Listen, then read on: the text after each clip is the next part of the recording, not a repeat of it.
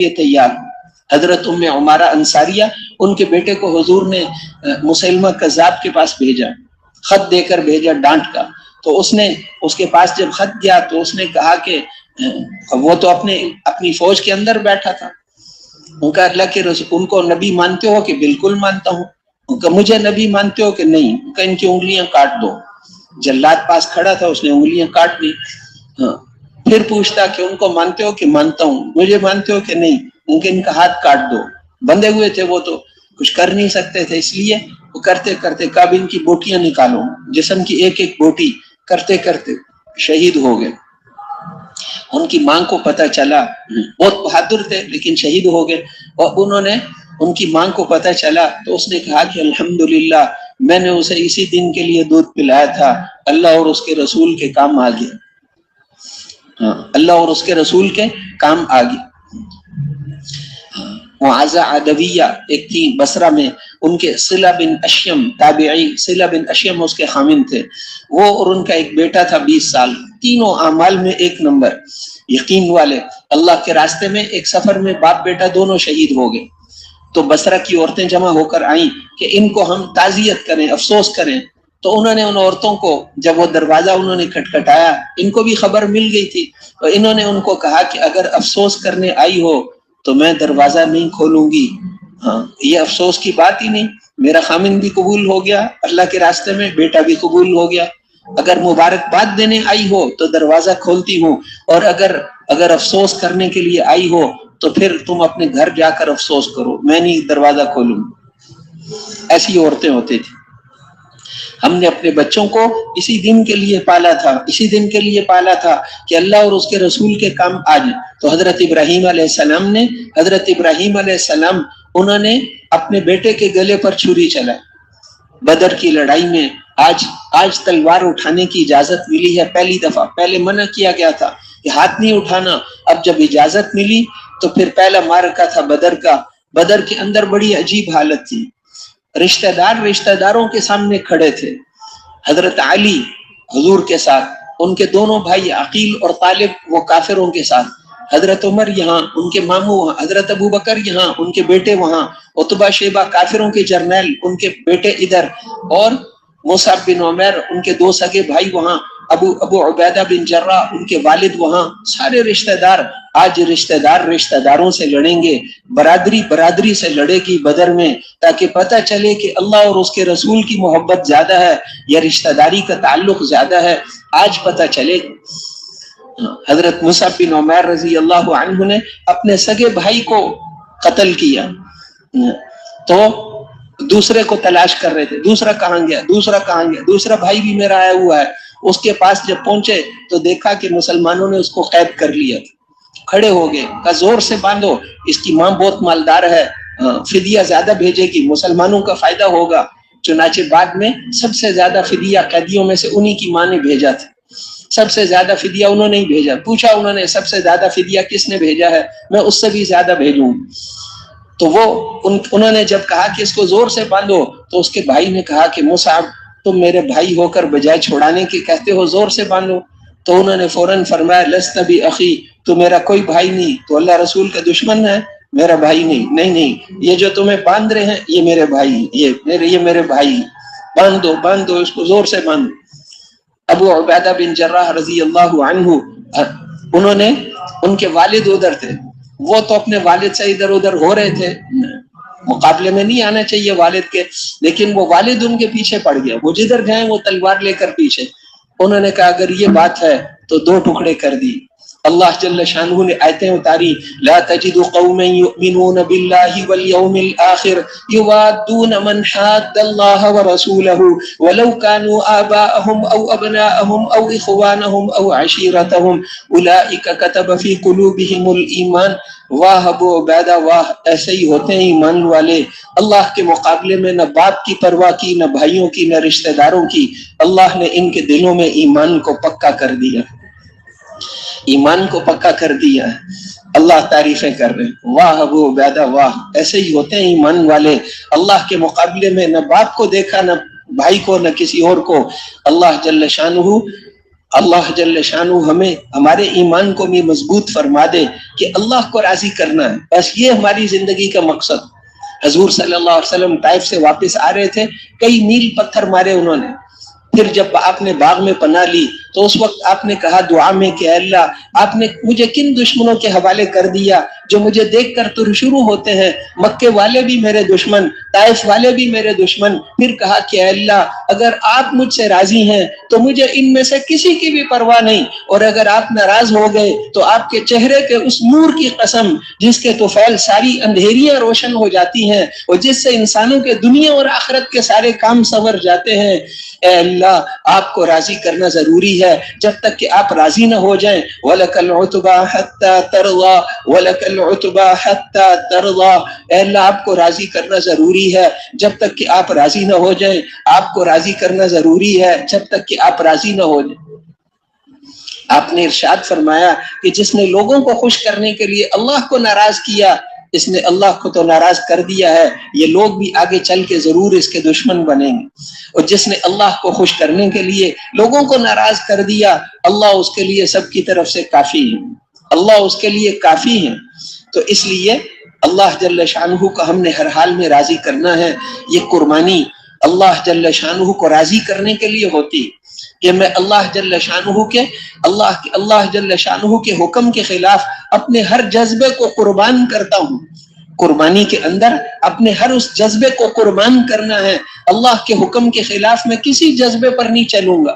اللہ کے حکم کے خلاف حضرت ابراہیم علیہ السلام، بیٹا کوئی بھی باپ ہو کہتا ہے میں بیٹے کو اچھی تعلیم دوں، اچھا سبق پڑھاؤں، اس کو اچھے کپڑے پہناؤں، اچھا کھانا کھلاؤں، بیٹے کو حافظ بناؤں، عالم بناؤں۔ اللہ نے کہا نہیں، تم چھوڑ کر اس کو چلے جاؤ۔ لبیک اللہم لبیک، اے اللہ حاضر ہوں حاضر ہوں۔ ایک بیٹے کے لیے باپ کے دل میں جتنے جذبے ہوتے ہیں سب اللہ نے ذبح کر دی۔ ایک جوان بیوی کے لیے خامن کے دل میں جو جذبے ہوتے ہیں وہ سارے ذبح کر دی۔ اللہ کے لیے ہر جذبے کو قربان کرنے کے لیے تیار ہوں۔ ہم ہر جذبے کو قربان کریں گے لیکن اللہ کے حکم کے خلاف نہیں کرنا۔ اللہ سے محبت کرو، اللہ سے محبت کرو۔ ایمان والوں کو سب سے زیادہ محبت اللہ سے ہوتی۔ اللہ سے محبت کی تو 7 ارب انسان ہمیں وہ 7 ارب انسان وہ فائدہ نہیں دے سکتے جو اللہ دے سکتے ہیں۔ اے میرے بندے، جب تو نے مجھے پا لیا تو تو نے سب کچھ پا لیا، اور جب تم نے مجھے نہیں پایا تو کچھ بھی نہیں پایا۔ تو اللہ کو راضی کرنا، عورت کو کہتے ہیں نا، قریبی رشتہ دار ہوتے ہیں لوگوں میں، تو وہ کہتے ہیں عورت کو کہ اگر ہم سے پردہ کرو گی تو ہم تم سے بات نہیں کریں گے، ناراض ہو جائیں گے۔ ادھر اللہ فرماتے ہیں پردے کا حکم دیا اللہ نے، اللہ فرماتے ہیں اگر پردہ نہیں کرو گی تو میں ناراض ہو جاؤں۔ اب دیکھ لو، رشتہ داروں کو راضی کرنا ہے یا اللہ کو راضی کرنا ہے؟ اللہ کو راضی کرنا چاہیے، اللہ کو راضی۔ قریب کے رشتہ داروں سے بھی جن سے پردے کا حکم ہے، عورت ہے اس کے لیے چچا زاد، تایا زاد، پھوپھی زاد، مامو زاد، خالہ زاد، یہ جتنے زاد ہیں ان سب سے پردہ کرنا ضروری۔ بہنوئی، نندوئی، دیور، جیٹھ، جن سے پردے کا حکم ہے، پھوپھا، خال، سب سے پردہ ضروری۔ پردہ ضروری، شرعی پردہ کریں گے اللہ وہ برکتیں ہمیں نصیب فرمائیں گے جو ہم سوچ بھی نہیں سکتے، برکتیں نصیب فرمائیں برکتیں۔ اسی طرح کاروبار کے اندر جتنے احکامات ہیں ہر حکم کو پورا کرنا، میراث میں ہر ایک کا حصہ دینا، جو اللہ کے احکام ہیں وہ سارے کے سارے اللہ کے حکم پورے کرنا۔ تو اس لیے اپنے اخلاق کو حضور صلی اللہ علیہ وسلم والے اخلاق، وہ والے اخلاق اپنانا، حضور صلی اللہ علیہ وسلم والے اخلاق کو اپنانا۔ آپ نے تواضع تھی، عاجزی تھی، حالانکہ آپ ساری کائنات میں سب سے افضل، ساری دنیا کے انسان ایک مومن کے برابر نہیں، اور ساری دنیا کے مومن ایک صحابی کے برابر نہیں، اور سارے صحابہ ایک نبی کے برابر نہیں، اور نبیوں کے بھی سردار۔ اور آپ فرماتے تھے میں ایسے بیٹھتا ہوں جیسے غلام بیٹھتے ہیں، میں ایسے کھانا کھاتا ہوں جیسے غلام کھاتے ہیں۔ کان یجالس المساکین، مسکینوں کے ساتھ بیٹھتے تھے۔ یعود المریض ویشہد الجنازہ، بیماروں کی عیادت فرماتے تھے۔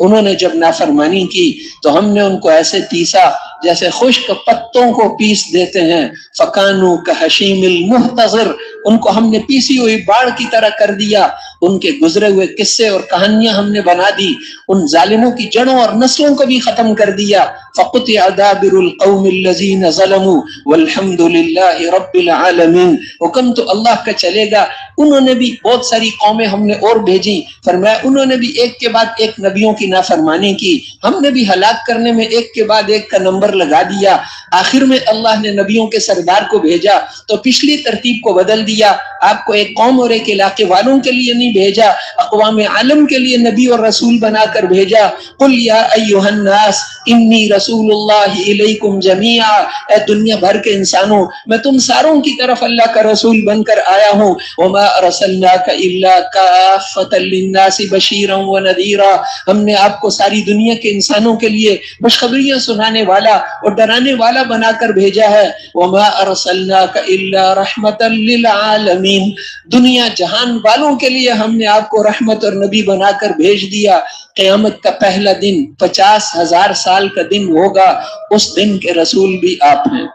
قیامت تک کے لیے اللہ نے آپ کو نبی بنایا اور ساری دنیا کے انسانوں کا نبی بنا کر بھیجا۔ ساری دنیا کے انسانوں کے لیے نبی 7 بر اعظم ہیں، ان میں سے 6 میں انسان آباد ہیں، 6 بر اعظموں میں انسان آباد ہیں، 200 سے زیادہ ملک ہیں، ان سارے ملکوں والوں کا نبی بنا کر اللہ نے آپ کو بھیجا۔ امریکہ والے، شمالی جنوبی امریکہ والے اور آسٹریلیا والے اور بر اعظم ایشیا اور بر اعظم افریقہ اور جتنے بھی بر اعظم ہیں، ان ساروں کے نبی اور رسول آپ ہیں۔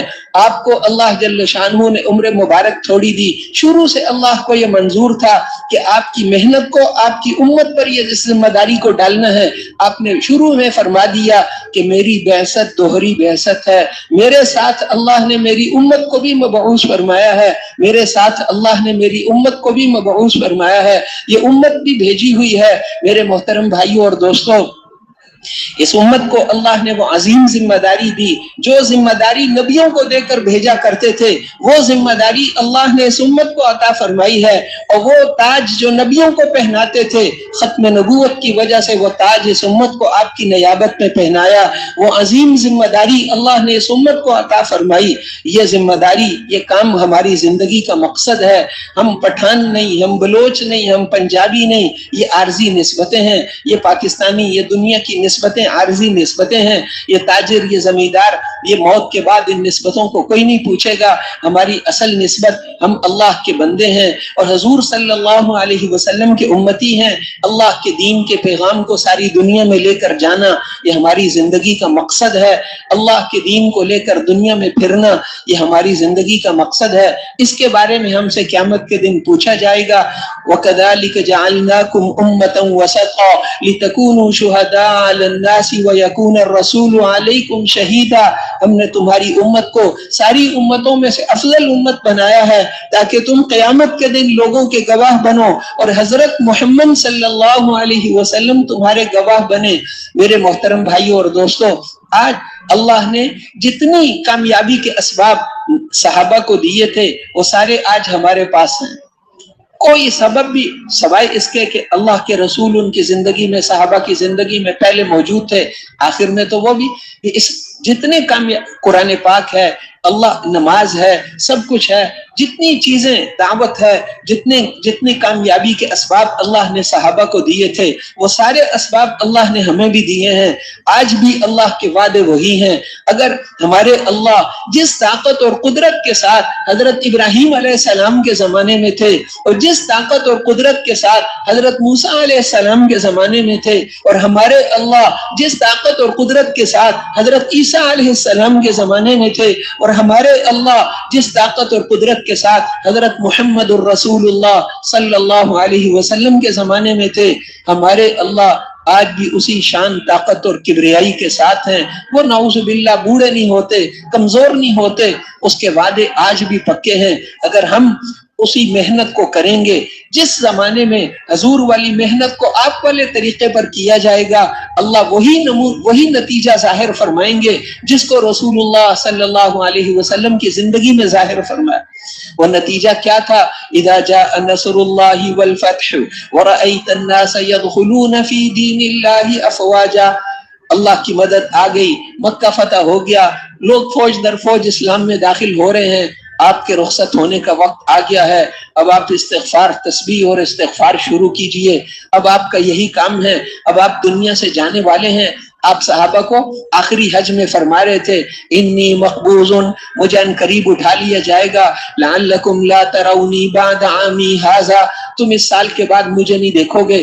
اس حجۃ الوداع کے خطبے میں آپ نے صحابہ سے پوچھا کہ میرے بارے میں اللہ قیامت کے دن تم سے پوچھیں گے کہ میں نے اللہ کا پیغام تم تک پہنچا دیا؟